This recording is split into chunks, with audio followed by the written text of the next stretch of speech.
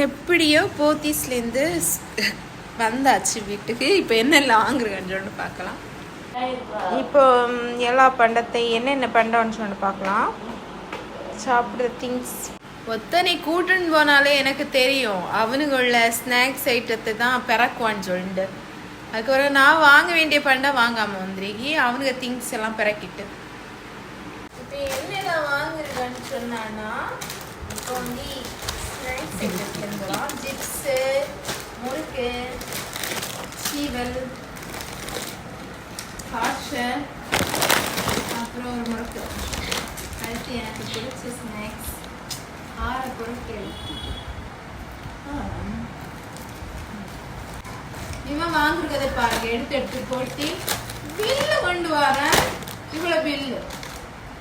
Biscuit item, Lays சாடக்கூடாது, Lays எடுத்து போட்டு லேஸு 4 எடுத்து போட்டு 4 எடுத்து போட்டு. அடுத்து இதை பிச்சு வச்சு 2 கவர் எண்ணெய், சோயா சாஸ், சில்லி.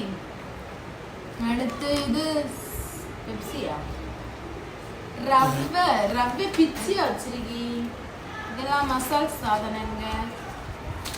பிரியாணி அரிசி, இது காய்கறி. இப்போ நான் கடை போட்டு இருக்கேன். காய்கறி ஐட்டத்தை பாருங்க.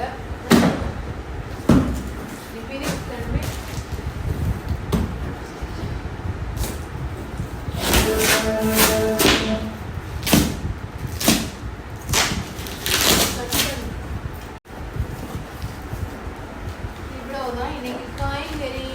வீட்டுக்கிட்ட வந்து வெங்காயம், உருளைக்கிழங்குலாம் வீட்டுக்கிட்ட வந்துருக்கி. இவ்வளோதான் காய்கறி. உருளைக்கிழங்கு,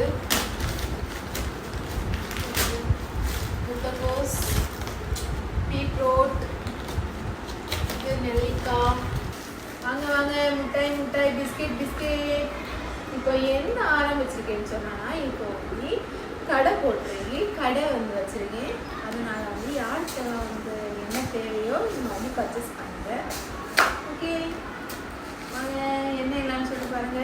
தக்காளி, வெங்காயம், பீட்ரூட், இஞ்சி பூண்டு, காட்டு இது, அப்புறம் வந்து நெல்லிக்காய், அடுத்து பொட்டேட்டோ, அடுத்து சோயா சாஸ், ஜூஸ் குடிக்கிறதுக்கு ஜூஸ், அப்புறம் வந்து பருப்பு, அப்புறம் மைதா மாவு, அப்புறம் வந்து